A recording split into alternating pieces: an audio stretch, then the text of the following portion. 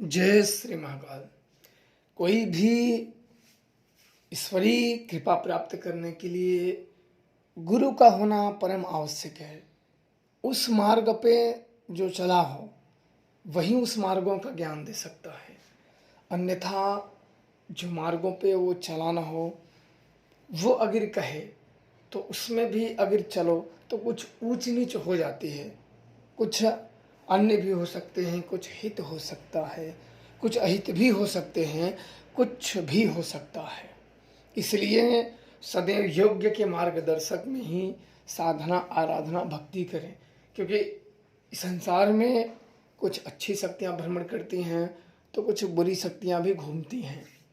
और बुरी शक्तियाँ नुकसान के इरादे से पहले जागती हैं। जब पहले जागती हैं तो उनका कोई पूजा पाठ हवि उनके नाम से नहीं दिया जा रहा है, तो अहित करने के लिए तत्पर रहती हैं। आज मैं ऐसे ही एक वाक़या आप लोगों को बता रहा हूँ। पिछले कई महीने पहले मैंने कहा था कि कोई गुरु बना के विद्या सीखनी हो तो कोई गुरु बनाओ और वहाँ विद्याओं को सीखो और अपने इधर के गुरु बनाओ। तो लोगों ने बनाए पर सक्सेसता नहीं हुई।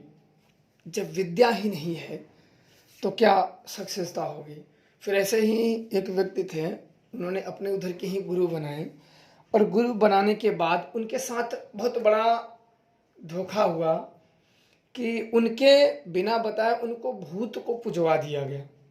प्रेत समझते हो, भूत प्रेत, जो कि उन्होंने दूसरों का भूत पकड़ रखा था और उस भूत को लगाया नहीं और ये जब गुरु बनाए उसे तो अपना भूत उसे पुजवा दिया। क्योंकि व्यक्ति जो सीधा साधा है वो क्या जानेगा, वो तो विश्वास की ही एक डोर होती है, विश्वास के ही सहारे गया था और उसको भूत पुजवा दिए। तो थोड़ा बहुत पूजा किया तो बड़े अच्छे थे, बाद में भूत तो अपनी जो आदतें हैं उस पर तो आ ही जाएगा। फिर उसके घर वालों को, कोई भाई, कोई बहन, उसकी माँ, अन्य लोग, कभी पत्नी, कभी कौन, दुखी होने लगे। किसी का हाथ दर्द करना, किसी का पैर, किसी का पेट, किसी का सर, किसी के ऊपर तो कसर आने लगते थे शरीर के ऊपर, यानी भूत प्रेत आने लगा था। तो बहुत समस्या हुई। तो फिर मेरे से वो संपर्क साधा, बोला गुरु जी आपने जो कहे थे मैंने गुरु बनाए अपनी इधर के ही और मुझे लगता है कि मेरे साथ कुछ धोखा हो गया है। तो मैंने कहा कि क्या धोखा हो गया। मैंने सोचा हो सकता है पैसे वैसे का हो गया, कुछ ज़्यादा ले लिया होगा। तो मैंने कहा देखो वो आपके गुरु हैं, उन्होंने कहा कुछ धोखा हो गया। मैंने पैसे तो ज़्यादा नहीं लिए हैं, अगर ऐसी बात है तो वो तो आपके गुरु हैं, वो अपनी मेहनत का, अपनी विद्याओं को दे रहा है तो आपसे तो वो अपने हिसाब से लेगा। बाद में आपको अगर इच्छा होती है तो सीखो, नहीं इच्छा होती तो मत सीखो, कोई आपको मार के तो ले नहीं रहा है। बोले गुरु जी वो तो जो बात है ही, पर मुझे लगता है कि कुछ बुरी शक्तियाँ मुझसे पुजवा दी गई है धोखे से। मैंने कहा पुजवा दी मतलब? बोले कि मैं वहाँ गया और उनके स्थान पर उन्होंने बैठाए और मेरे सिर पे हाथ रखे और मुझे बताएं कि आप अभी साधना के लिए तैयार नहीं हो। मैंने बोला अच्छा। इसके बाद बोले साधना के लिए भी तैयार नहीं हो, सबसे पहले तैयार होना होगा। और भी कुछ अपने प्रलोभन में फंसाए कि आपको तैयार होना होगा, ये करना होगा, अभी आप उतना योग्य बने नहीं हो, पहले योग्य, फिर जांचेंगे, फिर परखेंगे। मतलब दुनिया भर के उन बातों में उलझाने लगे। उलझा के मैंने बोला ठीक है भाई, वो आपके गुरु हैं तो अपने हिसाब से कर सकते हैं। बोले इसके आगे हुआ कि उन्होंने अपने स्थान पर, जहाँ उनका स्थान था वहाँ आए और वहाँ माथा गिरवाएं और मेरे पीठ को थपथपाया उन्होंने। मैंने बोला अच्छा। पीठ को थपथपाया और थपथपाने के बाद फिर बोले कि जाओ अब शक्तियाँ मिल जाएंगी और पूजा करना। तो वहाँ से कुछ सामग्री दे दिए थे, बोले पूजा करना। और मैं अपने घर ला के स्थापित करके पूजा करने लगा जैसा उनका आदेश था। बोला अच्छा।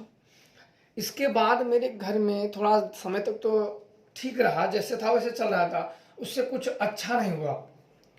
और इसके बाद घर वालों में किसी पत्नी को समस्या, माँ को समस्या, बहन को समस्या, मुझे समस्या। तो पहले लगा कि कोई डॉक्टरी वाली होगी, तो हमने बहुत डॉक्टरों को दिखाया कि लोगों का नामी है सनामी कि भाई यहाँ नहीं वहाँ चलो, वहाँ नहीं यहाँ चलो, सभी जगह जाके दिखाया लेकिन आराम नहीं पड़ा। तो हमारा शक हुआ कि कुछ ऊपरी बाधा को दिखाते हैं। तो उधर के एक जानकार थे, तो उन्होंने बता दिया कि हाँ, आपने जो गुरु पकड़े थे वो ठीक नहीं था और उसने आपको भूत दे दिया है। और भी बातें, क्योंकि बताने वाले बता देते हैं, बिल्कुल हम आपको क्लियर बता देंगे। बताने वाले इतना तक बता देते हैं कि बिल्कुल आपने क्या खाया हुआ है, लेकिन वो ठीक नहीं कर सकते हैं। ठीक करने का कुछ बता देंगे अपने मन से, आप ये उपाय कर लो या ये टोटका कर लो या ये सेवा कर लो। पर यदि ऐसा नहीं होता है, भूत भी अपने आप में प्रबल शक्ति रखते हैं। कुछ भूत होते हैं, कुछ प्रेत होते हैं, तो कुछ ज़्यादा शक्तिशाली होते हैं, तो ऐसे वो नहीं भागते हैं। पर उन्होंने किया, पर हटा नहीं। फिर उन्होंने मुझसे कहा कि आपने जब कहा कि हमें सीखना है विद्या, तो मैंने कहा कि कोई गुरु बना लो। बहुत लोगों के अपनी तरफ तो बनाए, लेकिन छल हुआ। तो बोले कि आप देखो। मैंने बोला अच्छा ठीक है। तो मैंने उनका फ़ोटो मंगवाया, नाम, उनका पता मंगवाया। मैंने बोला ठीक है, मेरे को कल आप मैसेज करना और फिर मैं आपको कल कॉल पे बात करूँगा, फिर मैं बता दूँगा। अब शाम हुआ। शाम होने के बाद मैंने सारी सामग्री इकट्ठा की, एकत्रित करके मैंने भोग अर्पण किया और सुजान का आवाहन मैंने किया। उसका आवाहन किया और जब उसको बुलाया गया तो उसके बारे में मैंने जानकारी लाने के लिए बोला। अब जानकारी ये आई कि उसे चोरी से उसको भूत पुजवा दिए थे। वो बात यह निकली कि वह व्यक्ति उसके पास गया, वो दूसरे का भूत पकड़ा था और उसे लगाया नहीं था, और वो इन्हीं शिष्यों को, ऐसे लोगों को भूत दे रहा था। और भूत किसका भला करते हैं?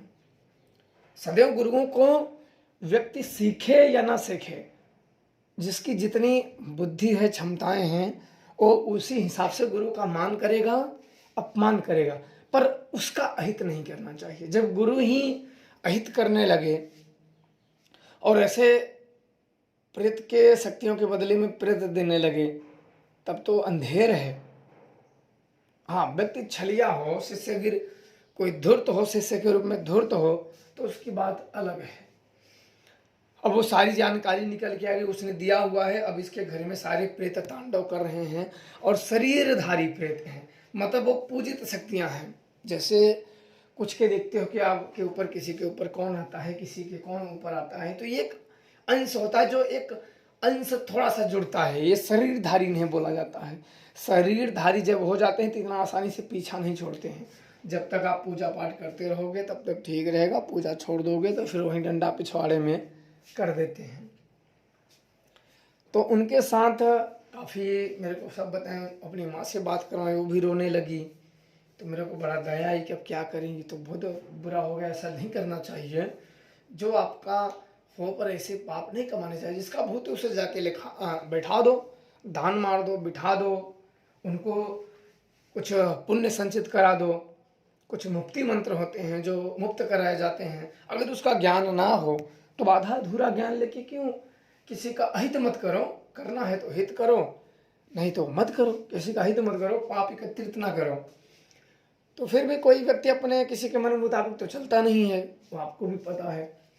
तो मैंने उसको ठीक करने का ठाना और मैंने कहा कि अभी अब तुम किसी को गुरु मत बनाओ। अब उसके लिए मैंने अपने हैराक्ष को बुलाया। मैंने बोला यही कर सकता है। अच्छा, हैराक्ष को बुलाएं और उसके सारे भूतों को मैंने पकड़वा लिए। उसके घर में थे 7 प्रेत उसने डाला था। 7 प्रेतों को मैंने पकड़वाए और जिसके पास से आया था वहां बोल दिए कि छोड़ के आओ और एक घेरा खींच दो कि इसके घर के नाम से वो प्रेत ना चले, अन्यथा फिर कर देगा। और मैंने कहा कि दोबारा मत मिलना। अला तुरंत वो कर दिया, प्रेतों को पकड़ लिया। पकड़ के वहां उसके चौरी पर स्थापना कर दिया उसने। स्थापना करने के बाद तब मैंने उसे कुछ मंत्र दिए। मैंने सोचा कि कोई उसके अगल बगल के इर्द गिर्द के गुरु होंगे तो उसकी जो जिज्ञासाएं हैं, जो ज्ञान उसे अर्जित करने की भावना है, वो अर्जित कर सकता है। हम सबको उतना समय नहीं मिलता है तो हम सब कहाँ बात कर सकते हैं। तो अपने उधर के कोई गुरु बनाएगा तो सीख सकता है, पर ऐसा नहीं हुआ। उन्होंने तो उल्टा उसको बेचारे को उलट पुलट ही कुछ दे दिए, बेचारा दुखी हो गया। तब उसे कुछ मंत्र दिए और कुछ विधान दिए। मैंने कहा कि इससे के साथ तुम मेहनत करो, तुम्हारे मेहनत पे है। अगर सच्ची श्रद्धा और भक्ति से करोगे तो जरूर मिलेगा। और इन श्रद्धा भक्ति में अपनी इच्छाओं की पूर्ति करने का प्रयास करोगे तो फिर नहीं होगा। वो व्यक्ति वैसे ही किया और बाद में उसकी कृपा हुई, दर्शन भी हुए, स्वप्न दर्शन हुए। अभी वो जारी है। मैंने कहा करते रहो, जब तक कुछ कार्य मत कर, जब तक अपना कार्य ना हो कुछ कार्य न खाओ, जपते रहो। वो बात में रिजल्ट कुछ अच्छे आ जाएंगे। वो जपता रहा बराबर के सपने में किसी के बारे में जान लेना, तो मुझे बड़ा अच्छा लगा। मैंने बोला अब जपते रहो, मार्ग मिल गया है, अब मत भटकना। तो इसलिए अब स्वयं ही उसको मार्ग बता दिए कि अब जिसको मैंने बताया कि अपने उधर के गुरु बना उन्होंने, तो फिर कुछ उसके साथ जिंदगी के साथ खिलवाड़ कर लिए। तो कोई कोई तो आसानी से दूर हो जाता है, कोई कोई तो पता नहीं कितना बेचारा भटकता है। तो इसलिए जो बताए गए हैं इन्हीं में से जो आप कर सको, उन्हीं मंत्र साधनाओं में से कुछ कर लो ताकि ठीक रहे। ये सब मंत्र बिल्कुल आपका अहित नहीं होंगे। अगर सिद्ध आपको नहीं हुए तो आपका अहित भी नहीं करेंगे। बहुत होगा कि आपको सिद्धि ही नहीं होगी, आपने उतने चरम तक नहीं जप कर पाए, उतने चरम तक अपने मन को स्थिर नहीं कर पाए, तो सिद्ध नहीं होंगे, अन्यथा आपका अहित नहीं होगा। तो यही सब जो है दिए गए हैं उसी में से कुछ देख के कर लेंगे ताकि आपका अहित ना हो। और यही करिए और प्रसन्न रहिए। जिनको ना समझ में आए मुझे मैसेज करिए, मैं उसका उत्तर दे दूंगा। कोशिश करें कि अपने पूरे सवालों का जवाब नाम और क्या है पूरा एक ही बार में लिख दें ताकि मैं एक ही बार में उसका उत्तर दे दूं। काट काट के एक एक बात ना पूछें, जो पूछे एक ही बार में सब कुछ लिख दें और नाम भी लिख दें अपना, और किस उद्देश्य से आप करना है वो पूरा एक ही मैसेज में लिख दें ताकि मैं एक बार में ही उत्तर दे दूं। तो इसी हिसाब से आप करिए, नहीं तो क्या मालूम कौन सही है, कौन क्या किसके साथ छल कर दे, कौन किसी का मुक्त हो जाए, कोई मर भी सकता है। ऐसे करने वाला तो करके साइड हो गया, पर उसके घर में कौन भोग रहा है कौन नहीं उससे क्या लेना देना। इसलिए आप बिल्कुल ही ऐसी चीज़ों पे ना करें और जो दिए गए हैं उसी में से आप करिए बिल्कुल, और खुश रहिए। जय श्री महाकाल।